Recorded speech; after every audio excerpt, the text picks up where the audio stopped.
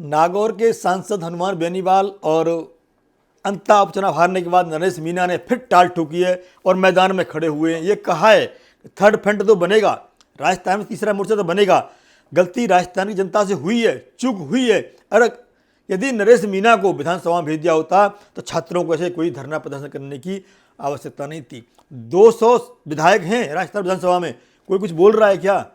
अगर नरेश मीणा विधानसभा में होता तो कुर्सी फेंक फेंक के मारता। बता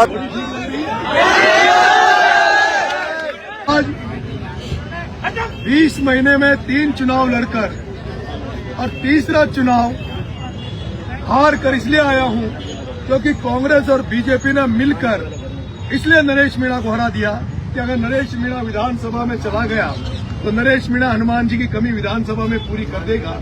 और आज शायद अगर नरेश मीणा विधायक होता तो आप लोगों को सड़कों पर नहीं दौड़ना पड़ता, आपके लिए नरेश मीणा कुर्सियां फेंकता हुआ नजर आता विधानसभा में।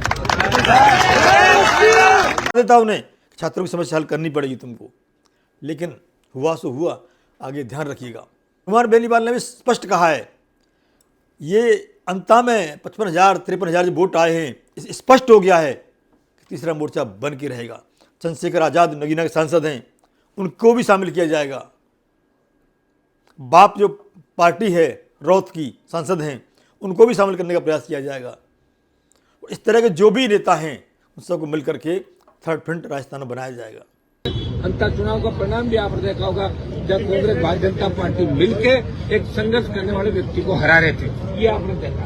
इसी तरह हम लड़ रहे सड़कों में लगातार 25 साल हो गए और ये 25 साल के संघर्ष का ही परिणाम है कि 4 बजे तक की परमिशन थी और 6 बजे आप बैठे।